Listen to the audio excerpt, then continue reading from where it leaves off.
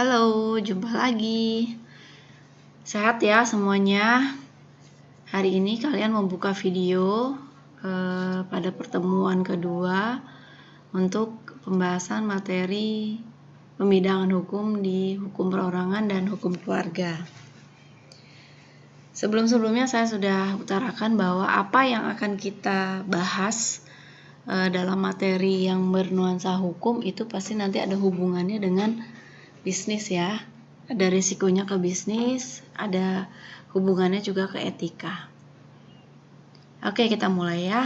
Di hukum perorangan atau pribadi itu hukum yang mengatur tentang peraturan orang atau manusia sebagai subjek hukum yang memiliki hak dan kecakapan untuk dapat bertindak sendiri dalam melaksanakan kegiatannya atau hak-haknya. Dalam kehidupan sehari-hari, ruang lingkup yang diurus oleh hukum perorangan atau pribadi itu adalah misalnya yang bersangkutan dengan adanya kartu identitas diri atau KTP dari warga atau penduduk.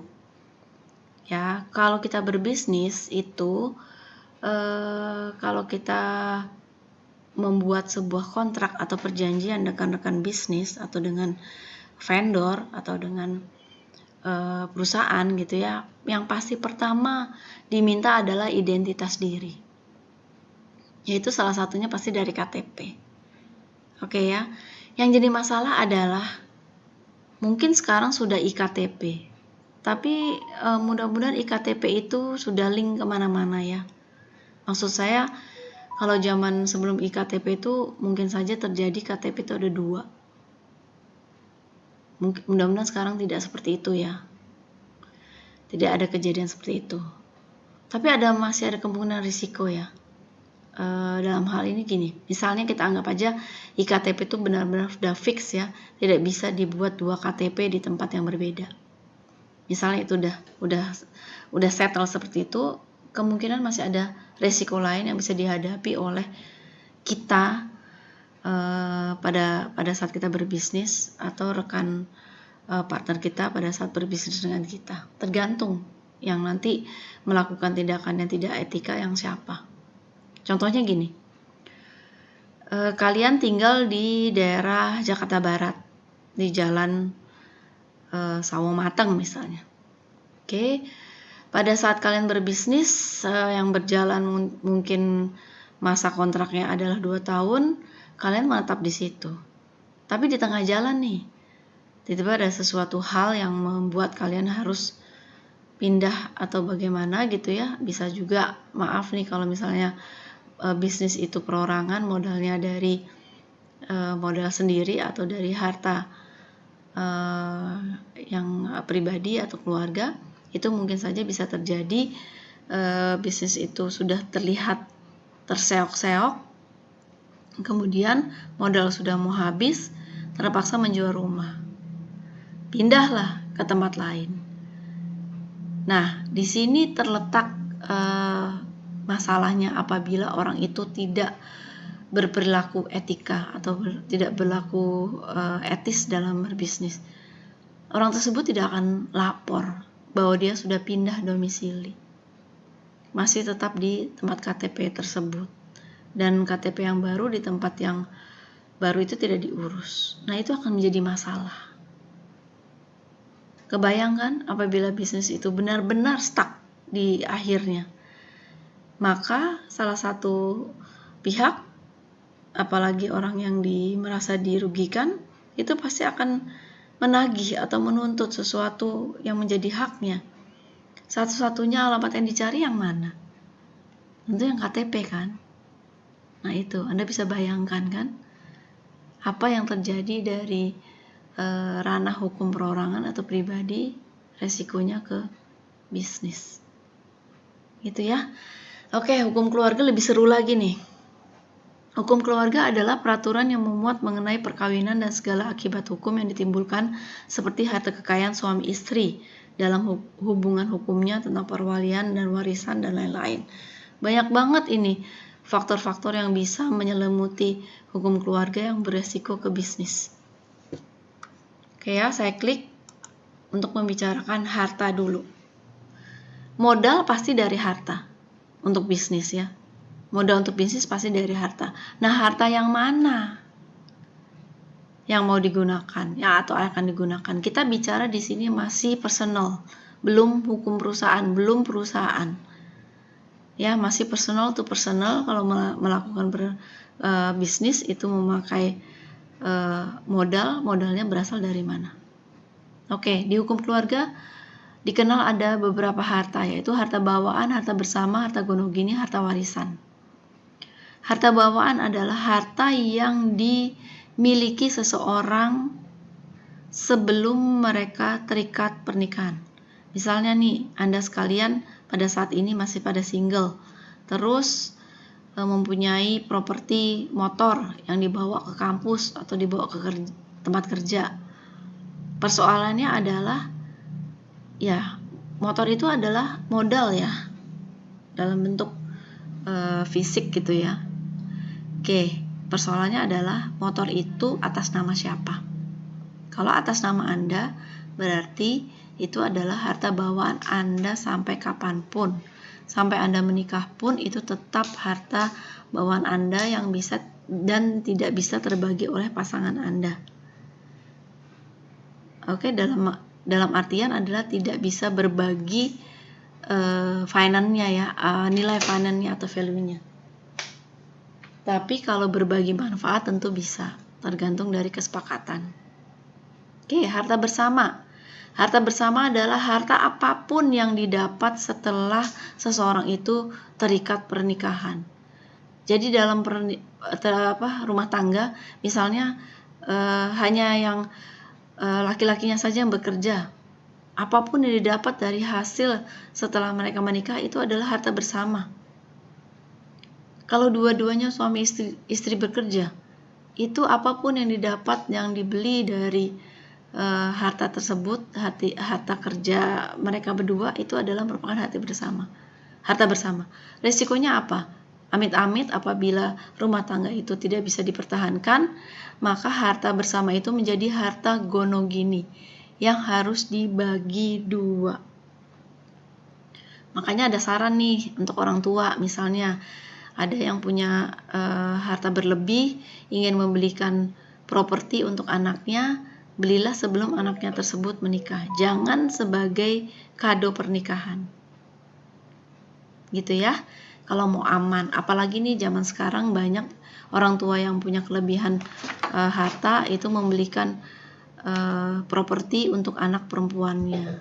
Karena tidak mau anak perempuannya itu nanti setelah berumah tangga mungkin takutnya resikonya terlantar atau ditelantarkan atau bagaimana lah ya gitu. Berharap semuanya yang baik-baik saja. Tapi saya udah pernah bilang di awal-awal, kita harus berpikir bukan yang negatif tapi alternatif, antisipasi jauh ke depan. Gitu ya. Harta warisan. Harta warisan tadi contohnya kayak misalnya motor, properti yang Anda gunakan sehari-hari. Kalau bukan atas nama Anda, atas nama orang tua, itu merupakan harta warisan yang baru bisa terbagi apabila orang tua atau yang mempunyai properti tersebut meninggal dunia. Gitu ya. Terus implikasinya ke bisnis gimana? Gini, misalnya kalian punya bisnis dengan partner Anda ya, personal to personal. Kemudian ada investasi yang harus ditanam di bisnis tersebut. Pakai apa nih modalnya? Investasinya pakai apa nih? Nah, pakai harta salah satu yang ada di sini. Kalau harta bawaan mungkin bisa lebih aman ya, karena memang dimiliki oleh personal itu sendiri. Untuk yang sudah menikah, ini yang berbahaya, harta bersama. Harta bersama sebagian besarnya dijadikan modal untuk usaha bersama dengan rekan bisnisnya. Nah, biasanya kalau misalnya modal dan memakai harta bersama itu wajib mempunyai suatu perjanjian di mana pasangan itu harus mengetahui dan harus tanda tangan di situ. Supaya nanti kalau ada apa-apa, namanya bisnis pasti beresiko ya. Itu si pihak partnernya itu bisa menuntut balik misalnya haknya yang belum terbagi atau belum diberikan kepada partnernya, bahkan ke pasangannya. Tapi kalau pasangannya itu tidak menandatangani, dianggap dia tidak tahu menahu. Kadang-kadang hal yang seperti ini adalah yang dirugikan nanti adalah partnernya. Partnernya itu akan susah menagih kepada personal tersebut. Karena tidak begitu mudah ya mesita atau mengambil istilahnya harta yang dimiliki bersama, karena harus ada persetujuan dari pasangan tersebut. Oke, mudah-mudahan paham ya sampai di sini. Kemudian kita beralih ke status pernikahan. Status pernikahan itu ada bermacam-macam ya. Maksudnya bermacam-macam tuh dua lah gitu ya. Yang kita kenal adalah perkawinan resmi, yaitu yang didaftarkan di negara. Kalau Muslim didaftarkan di Departemen Agama, kalau non-Muslim itu di catatan sipil. Itu ya. Nah, perkawinan di bawah tangan atau siri yang kita sebut biasanya tidak dilaporkan ke negara, tapi berdasarkan agamanya masing-masing. Nah, ini biasanya dilakukan oleh orang yang kita kenal berpoligami. Jangan salah ya, poligami bukan hanya dilakukan oleh orang-orang yang beragama Muslim, tapi di luar non-Muslim juga banyak yang melakukan hal tersebut. Nah, ini implikasinya ke bisnis lebih ruwet lagi, gitu ya. Misalnya ada istri kedua dari seorang suami mempunyai bisnis personal kepada rekannya. Nah, tadi balik ke hartanya dipakai yang mana? Kalau harta pribadi nggak ada masalah ya, atau harta bawaan nggak ada masalah. Tapi kalau modal yang dipakai untuk bisnis adalah harta bersama, menjadi masalah lagi. Masalahnya adalah harta itu sebenarnya milik siapa, milik istri yang mana? Karena ada istri pertama, ada istri kedua, dan seterusnya. Nah, perkawinan bawah tangan yang benar, kalau ada istri kedua 1, 2, dan 3, itu adalah mencatatkan harta pernikahan atau harta bawaan masing-masing pernikahan itu di catatan sipil atau di Departemen Agama. Jadi gini, istri pertama dengan suaminya mempunyai harta bersama itu dicatatkan sampai di sekian, itu punya mereka. Terus mereka suaminya menikah lagi, mereka harus berangkat dari 0 harta bersamanya, atau mungkin dari sisa atau kesepakatan dari harta bersama perkawinan pertama itu disisihkan untuk harta bersama perkawinan yang kedua, dan seterusnya, gitu ya. Itu nanti bisa berimplikasi kepada rekan bisnisnya kalau misalnya bisnis itu ternyata menjadi masalah di kemudian harinya. Oke, sita marital. Sita marital itu adalah usaha dari salah satu pasangan untuk membekukan harta bersama mereka kalau mungkin ada dugaan tadi perkawinan kedua dan ketiga yang tidak diketahui oleh personal dari perkawinan yang pertama. Nah, kalau ini terjadi, harta bersamanya ada yang disita, kemudian yang disita itu adalah salah satunya menjadi modal dari yang sudah disetorkan sebagai investasi di bisnis tersebut, itu yang lebih bahaya.